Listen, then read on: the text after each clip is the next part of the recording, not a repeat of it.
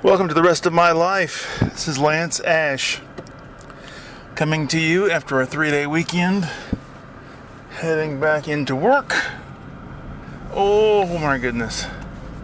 It's hot today. Very, very hot. Oh God. If I can get the damn air on me a little better than this. Okay. Very nice weekend, very productive. Oh dear. First topic on the list is, of course, as usual, what CDs do I have in the bag? Hold on a second, gotta get into traffic here. Alright, what have I got in the bag?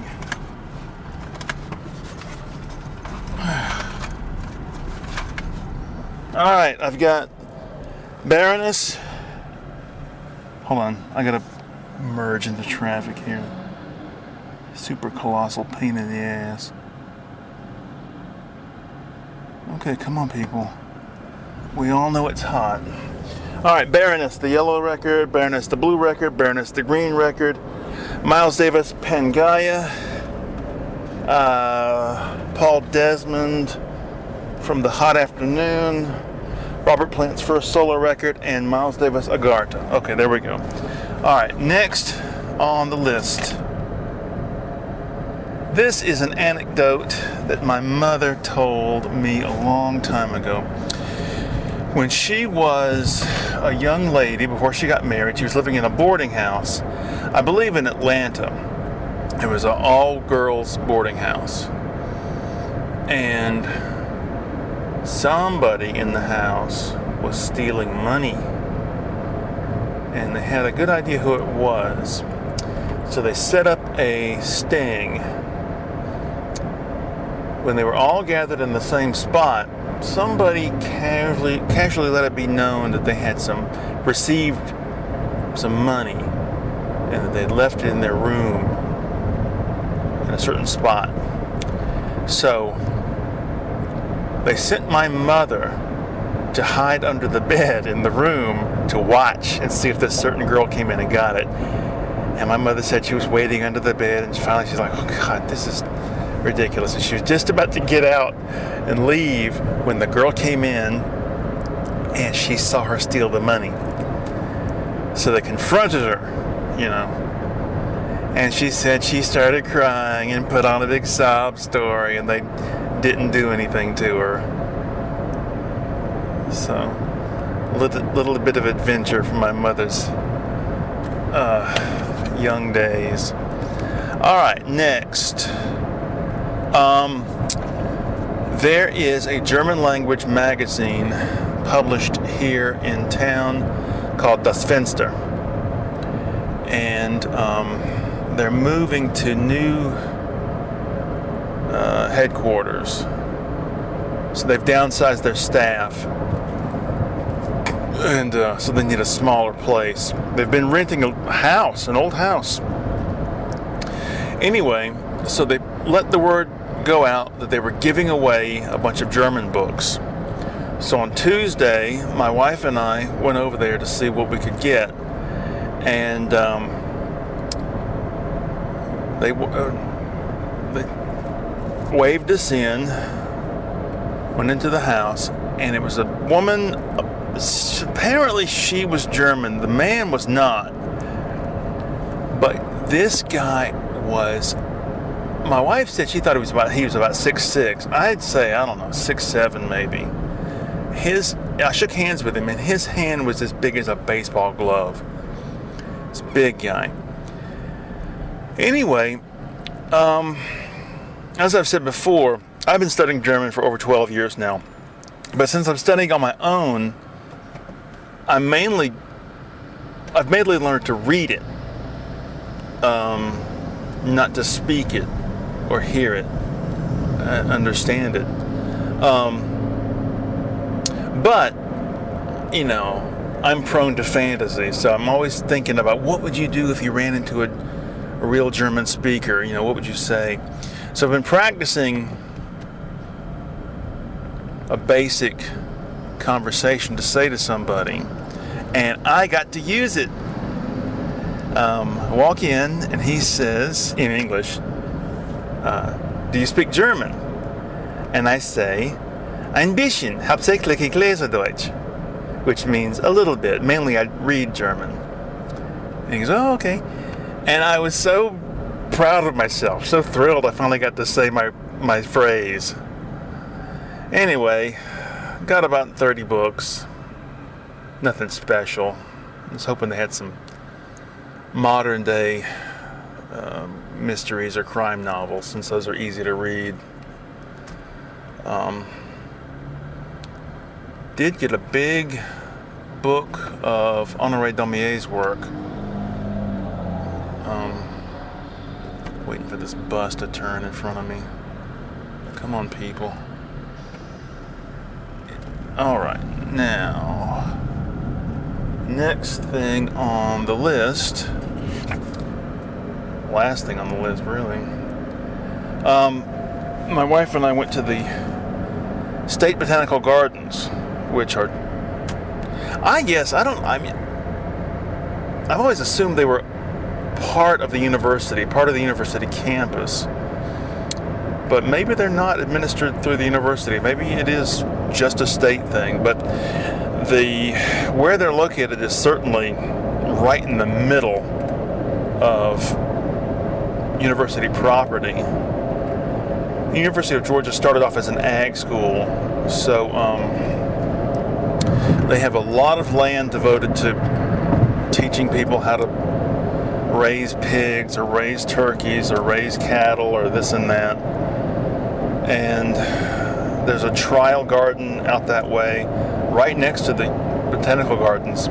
Anyway, if anybody out there is ever in Athens, Georgia,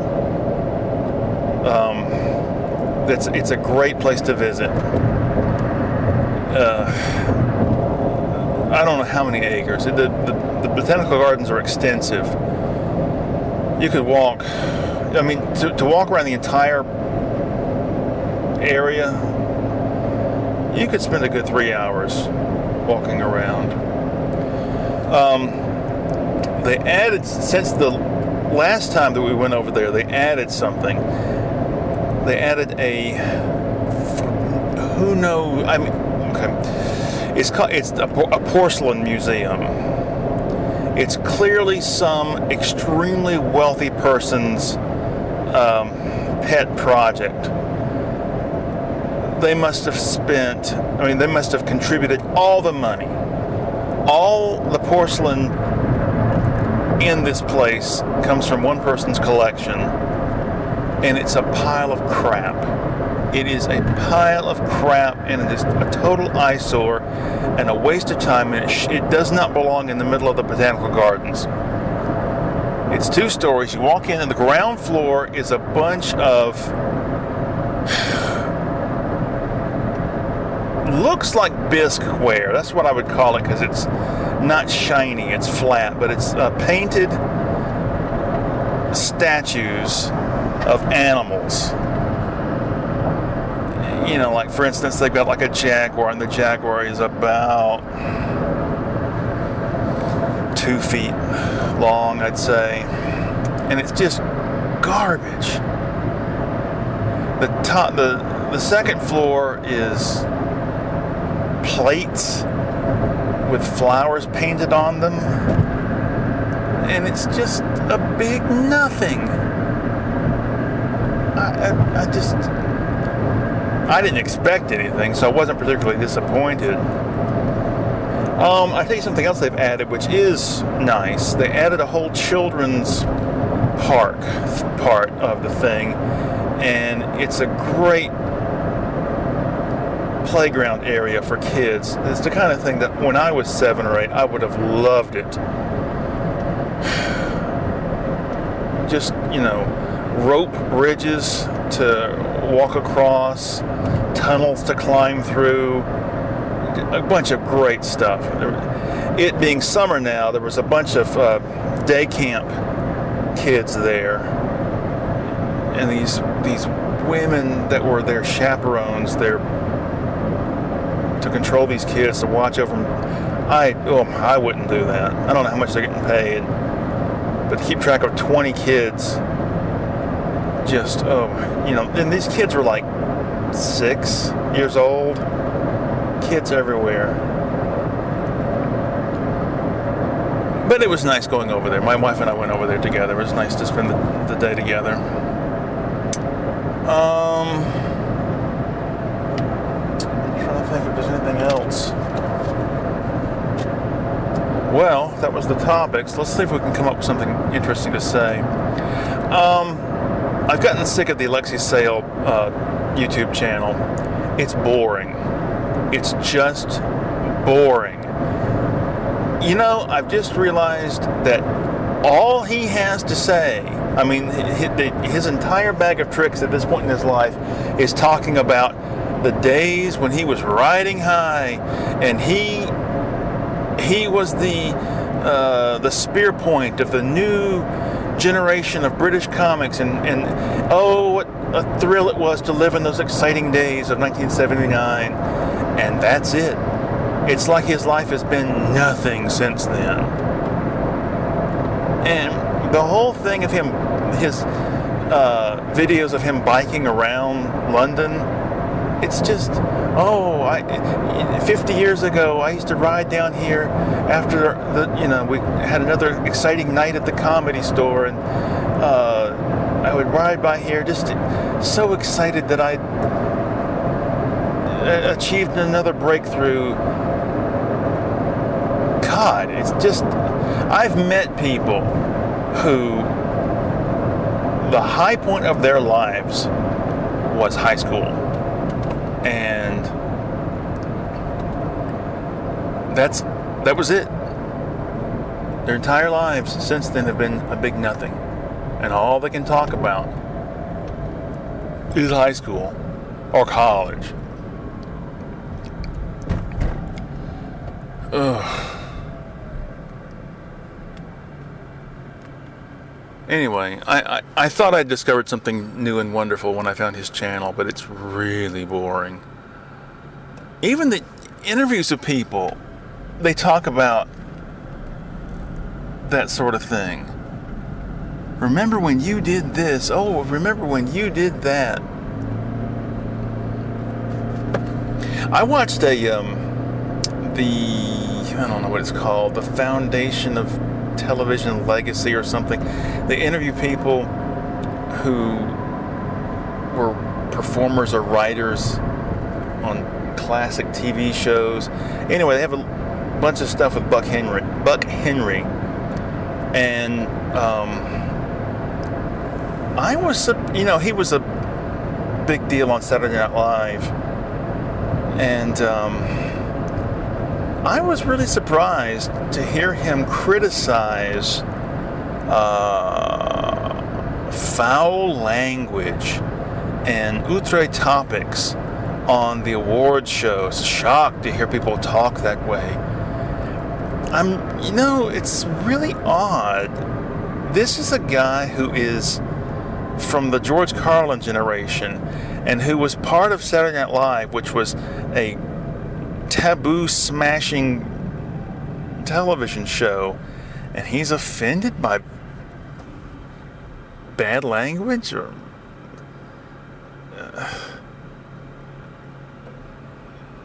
I don't know, scatological humor or sexual crudity on awards shows. I thought the whole point of that generation and their work was to do away with that sort of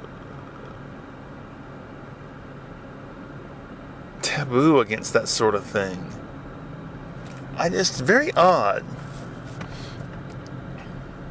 Speaking of which, apparently I didn't know this, or I'd forgotten it. He was one of the creators of the old TV show Get Smart. And they talk about, it was such a great show and blah, blah, blah, and all, I can't watch any of these old shows, no matter how good they were, because of the laugh track. It's like Seinfeld. I can't watch it. The laugh track ruins it, ruins everything.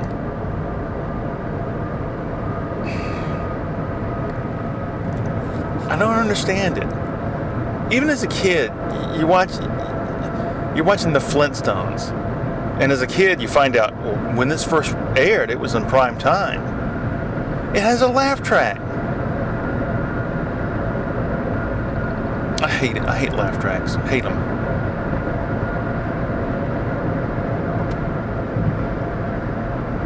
It'd be interesting to see what would happen if you packed one of Stephen Colbert's audiences with people who are all working as a team to not laugh, not respond like trained seals when he says, "Meanwhile." See how he would take it. I bet you they would send everybody out and start all over with fresh audience, refilm it.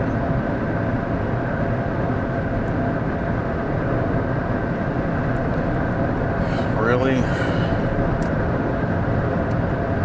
odd how people play along. If it's not really funny, don't laugh. Well, we're here. We're part of the moment. We're part of the show.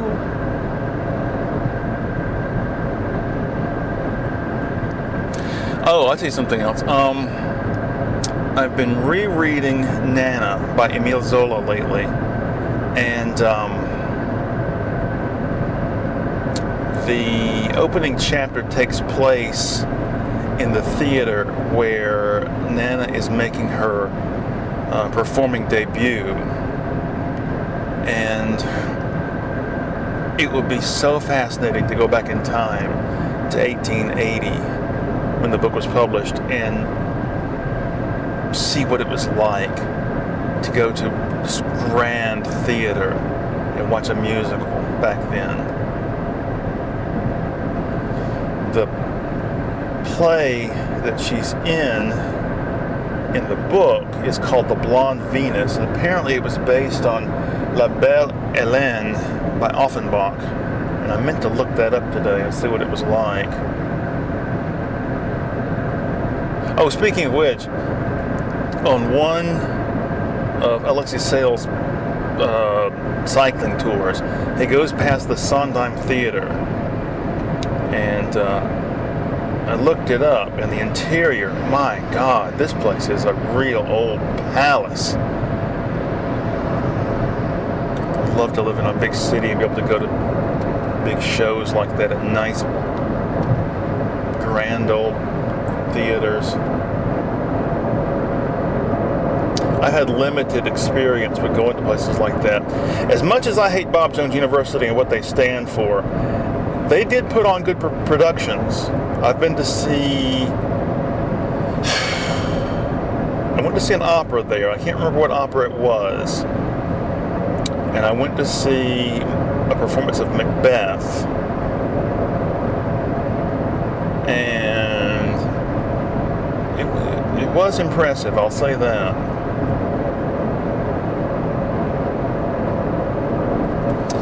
Yeah, it's a shame that my cultural appetites can never be sated.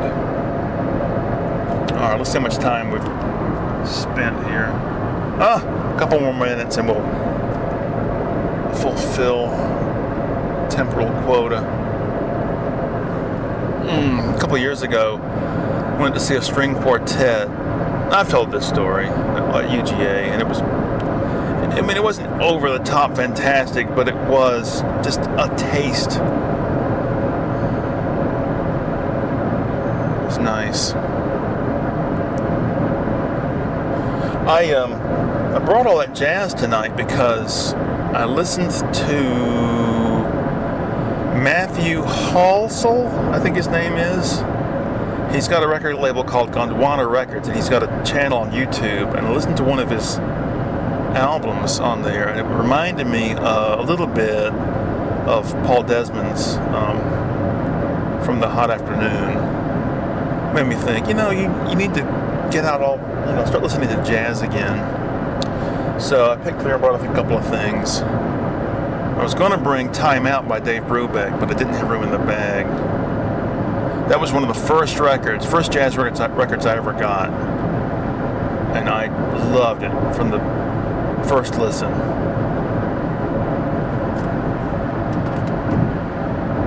It'd be nice to have Miles Davis's Agartha and Pangea on LP, just to see the cover art big like that.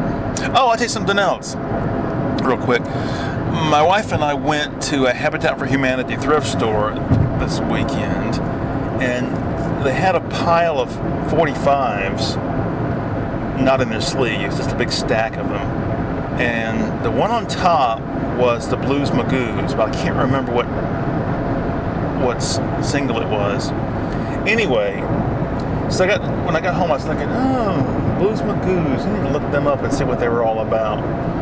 Well, I didn't think much of the music, but their second record is called Electric Comic Book.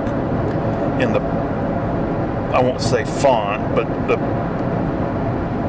for lack of a better term, font or typeface, the way they've written Blues Magoo's Electric Comic Book is exactly the same as something from Sesame Street, I think it was. One of the Sesame Street books from the early 70s, and I can't think what it was. It might have been a Sesame Street LP. It might have been the LP, My Name is Roosevelt Franklin. I don't know, but I'm going to find out. This is wonderful, sort of childhood candy psychedelic thing. I can't think. Maybe it was The Adventures of Letterman from Electric Company. I don't know. But it's really weird how the late 60s psychedelia didn't remain confined just to the hippies. It bled out into wider society. All that stuff did. Bled out into children's television programming. Nothing stays confined. All right, folks, I think that's about it. I'll see you next time. Bye-bye.